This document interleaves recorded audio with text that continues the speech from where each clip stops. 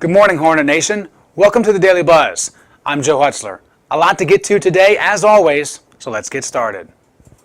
We begin at Moon Field. Softball in action yesterday and doubleheader game against Randolph. The Hill City rivalry renewed. Here's how it went down. There are the ladies looking for a win against their crosstown rivals over on Rivermont Avenue. Skylar Dickens, the senior, hits one to right field. And coming around third is Lauren Smith walking in for the first run of the game.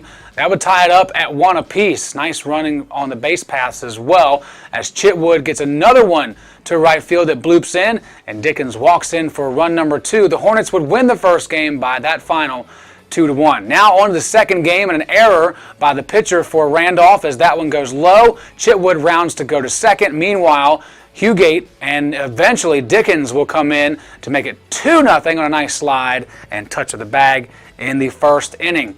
Later on, as Belknap will pitch one in, it's a high bunt that gets caught by Mabry. Great throw back to third. Nice heads-up play and a double play for the Hornets to get out of the inning.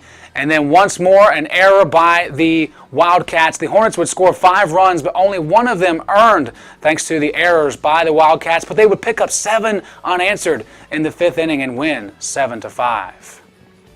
Moving on now to baseball, as they were able to take care of the Tigers of Hampden-Sydney, 16-7 on 17 hits for the Hornets. A big win for them on the road at Hampden-Sydney. Moving on to today's schedule, don't forget it is Senior Day. It's also the Code Red game for men's and women's tennis this afternoon at 3 o'clock against the Wildcats of Randolph. And use that as your pregame to another big game for men's lacrosse at home against the Wildcats of Randolph as well at 7 p.m. It's Randolph week, folks. It's certainly here and present. Well, as we have already spoken about, it is Wednesday, and that means it's Walsh Wednesdays. Our very own Lynn Walsh sat down with Indasia Mitchell to talk about the 30th anniversary of the Westover Honors Program.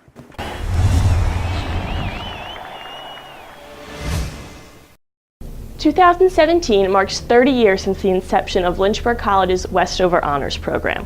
Although the program has changed, its core values remain the same. It's very important to celebrate where we started and where we are now.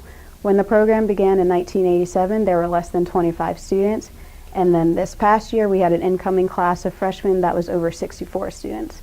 So it's just important to celebrate where it started and where we are now. As a 30th anniversary chair, my job is to create and promote events to help celebrate the 30th anniversary. This semester we kicked off a lecture series that started with Dr. Julia Sigler, who talked about the history and the creation of the Westover Honors Program. Then we had Dr. Kicklighter and Professor Willis each give their lectures. And to close out the lecture series this semester, Professor Simmons will give his lecture on a renewed vision of education. And then to close out the celebration this semester, there will be a 5K fun run on April 30th at 10:30, and anyone is welcome to run. The big Westover 30th anniversary celebration will be next semester at homecoming, and there will be a huge celebration with alumni. The Westover 5K Fun Run will be held April 30th at 10:30 around the Dr. Jack Toms track. Reporting for LHSN, I'm Lynn Walsh. Moving on to campus events, 4 to tell you about today. The Coffee Truck, Nomad Coffee Company, is here today from 7 a.m. to 2 p.m. in the Hopwood parking lot. Stop by and say hello to them.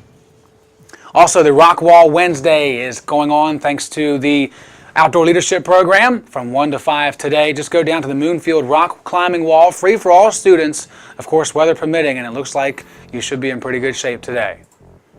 Plus, there's a movie screening of Armor of Light, 7:30 tonight in the Sidnor Hall.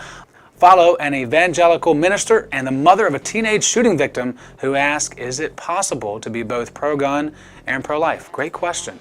And the last thing, as we've told you all week, you can still sign up free of charge at imleagues.com for this Saturday's Bubble Ball Soccer Tournament. For more information, contact Steve Bradney. As we do every day here on the Daily Buzz, we let you know what day it is on the National Day calendar. And today is National Grilled Cheese Day. Yay! That treat that you get as a kid. It's so simple to make, but so delicious and can turn your bad day into a good one. And, as we usually do with food, I'm going to eat right in front of you. So, I got some grilled cheese here from right down the street. Sheets to be exact. I know it's not homemade, but see if this works.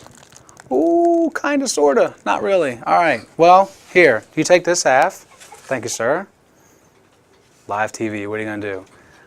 My favorite is provolone and Swiss together. It's usually a lot more stringy and just, for me, it tastes better. But I added some ranch as well. That was a very, very good choice. So go back to your childhood today for lunch. Have some grilled cheese. Make it simple. Make it delicious. We hope you have a great day. Remember, it's a great day to be a Hornet. And we are one cheesy nation.